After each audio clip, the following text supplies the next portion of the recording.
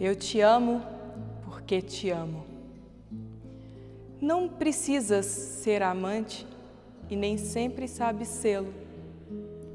Eu te amo porque te amo. Amor é estado de graça e com amor não se paga. O autor relata sua experiência no ambiente de educação popular nos meados do século XX no Brasil. A obra informa não só sobre temas de abrangência geral, como mito e realidade, mas também sobre assuntos específicos. Fernando Pessoa, Guimarães Rosa. Ser convidado para escrever um livro inspirado em um dos maiores poemas de Drummond, já com o intuito de levá-lo para as telinhas do cinema, não foi tarefa fácil. E quem conta pra gente é o próprio Carlos, que não é Drummond, mas é Herculano Lopes. Olha, essa é uma história já bem antiga. Ela começou no início dos anos 2000. Eu estava em São Paulo, participando de uma palestra na Biblioteca Mário de Andrade, na companhia dos escritores Fernando Sabino e Roberto Drummond. Quando terminou essa palestra, nós fomos um grupo de mineiros para um restaurante, ali perto mesmo, lá da biblioteca. E nesse grupo estava o cineasta Paulo Thiago. Ele tinha ido lá para me conhecer. Bem, essa conversa toda foi para me dizer, o Paulo Thiago, que ele sonhava já há muitos anos em filmar o poema Casa do Vestido, não é, do Carlos Drummond de Andrade, que é do livro A Rosa do Povo. Esse livro é de 1945. E ele me perguntou se eu topava fazer o argumento, não é? Ou seja, escrever uma história em cima do poema, que na realidade para se filmar um poema pequeno, mas a minha saída de cara foi falar para o Paulo Thiago: Paulo, quem sou eu para ter esse atrevimento de mexer numa história, num poema de Carlos Drummond de Andrade? Aí Fernando Sabino, que estava escutando a conversa, e ele sempre foi muito generoso, também já tinha bebido seus 2 whiskinhos, bateu no meu ombro, deu um sorriso e falou assim: pode aceitar sim, Herculano, além do mais você vai ganhar um dinheirinho, vai ser muito bom, o filme vai ficar muito bonito e tal. Aí eu pedi ao Paulo Thiago um prazo, né? Falou: Paulo, eu vou para Belo Horizonte, eu vou reler o poema e daqui uns dias eu te falo. E assim foi feito. Eu cheguei aqui, li o poema muitas vezes. As pessoas gostam muito de histórias de amor. E esse livro, eu considero ele uma história de amor e espera, sabe? Uma mulher que entregou o marido dela para outra, mas sabia que no fundo que um dia ele iria voltar para ela de novo. Como foi o que aconteceu no final da história, quando ele volta para casa. Assim. Tive uma febre terçã, mas a morte não chegava. Fiquei fora de perigo, fiquei de cabeça branca, perdi meus dentes, meus olhos, costurei, lavei, fiz doce. Minhas mãos se escalavraram, meus anéis se dispersaram, minha corrente de ouro pagou conta de farmácia. Vosso pai sumiu no mundo. Amor é dado de graça, é semeado no vento, na cachoeira, no eclipse. Amor foge a dicionários e a regulamentos vários. Eu te amo porque não amo bastante ou demais a mim. Porque amor não se troca, não se conjuga, nem se ama. Porque amor é amor a nada, feliz e forte em si mesmo. Carlos Drummond de Andrade nasceu em Tabira e ele formou-se em farmácia, mas nunca exerceu a profissão. Ele começou aqui em Belo Horizonte fazendo crônicas, né, e poemas em jornais. Depois conheceu o Mário de Andrade e o Oswaldo de Andrade, de São Paulo. Criou aqui a revista, junto com Pedro Nava e outros amigos. Depois, unido a Gustavo Capanema, ele foi funcionário público e mudou-se para o Rio de Janeiro, escrevendo nos diários associados às suas crônicas e publicando os seus livros.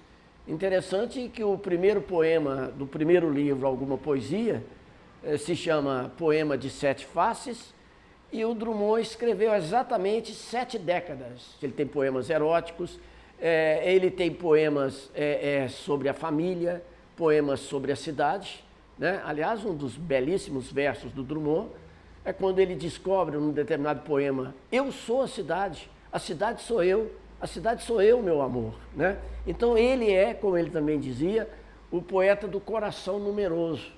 A poesia dele é uma poesia numerosa, é uma poesia que é política, ela é memorialística. Aliás, nos últimos livros, né, o Drummond refaz toda a sua autobiografia através das memórias.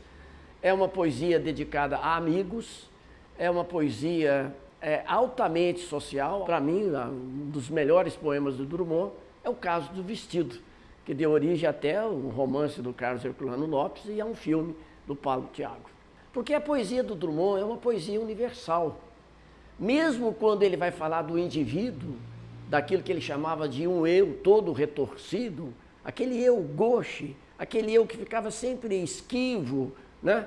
Meio desajeitado no meio do mundo, mas mesmo falando da sua individualidade, o Drummond atingia a nós todos. É um poeta que dialoga com todos. Então ele também não tinha medo de se contradizer e por isso que ele foi eterno, por isso que ele é universal. Amor é primo da morte e da morte vencedor. Por mais que o matem, e matam, a cada instante de amor.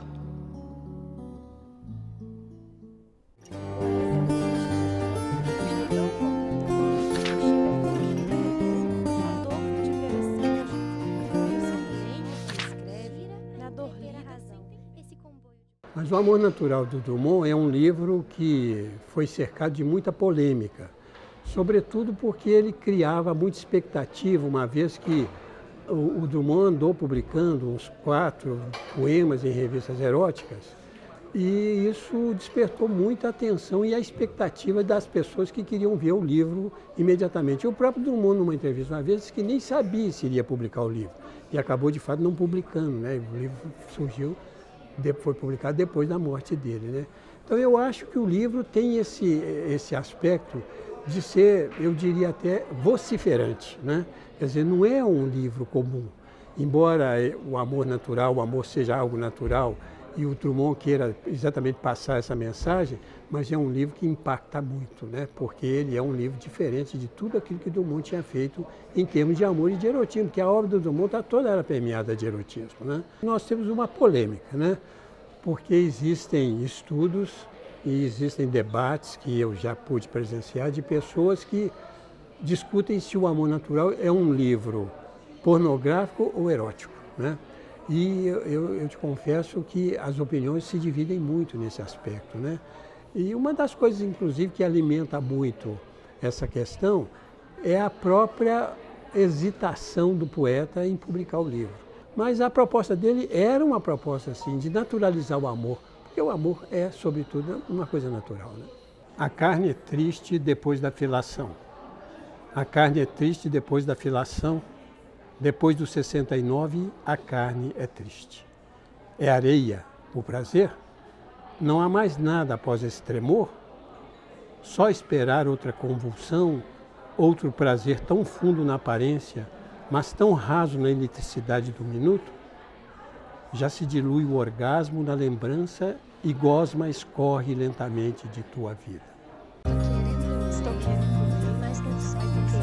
Estou querendo ler, mas não sei o quê. Eu indico para você. Olá, meu nome é Pedro Albuquerque. O livro que eu indico do Drummond para vocês se chama Cadeira de Balanço. É um livro que me marcou muito porque tem um lado do Drummond de humor, é um livro de crônica, tá? Então tem um lado do Drummond assim que eu particularmente não conhecia muito e é muito leve, muito divertido. Carlos Drummond de Andrade deixou uma história riquíssima para todos nós. Um modernista de alma generosa que abordou assuntos complexos em suas obras, merece aquela homenagem especial aqui do Quarta Capa. É com você, Zé Beto Correia. Provisoriamente não cantaremos o amor que se refugiou mais abaixo dos subterrâneos. Cantaremos o medo que esteriliza os abraços. Não cantaremos o ódio, porque esse não existe. Existe apenas medo, nosso pai, nosso companheiro, o medo grande dos sertões. dos mares, dos desertos, o medo dos soldados, o medo das mães, o medo das igrejas. Cantaremos o medo dos ditadores, o medo dos democratas. Cantaremos o medo da morte e o medo de depois da morte. Depois morreremos de medo e sobre nossos túmulos nascerão flores amarelas e medrosas.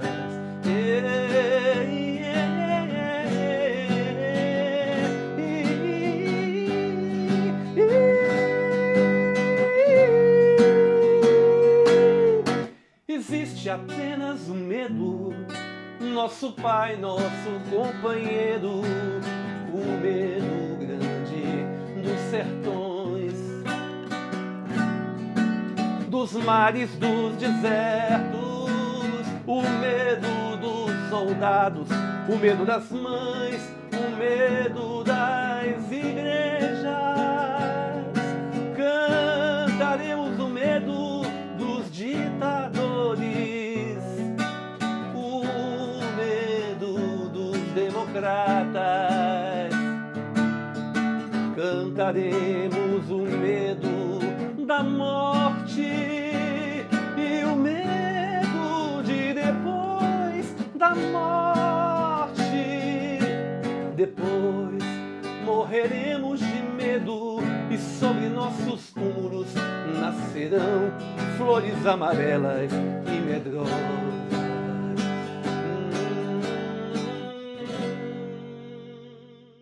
Autor de gênero, tragédia, comédia, a épica, a lírica, meados do século XX no Brasil. A obra informa não só sobre temas de abrangência geral, como mito e realidade, mas também sobre assuntos específicos. Fernando Pessoa, Guimarães Rosa.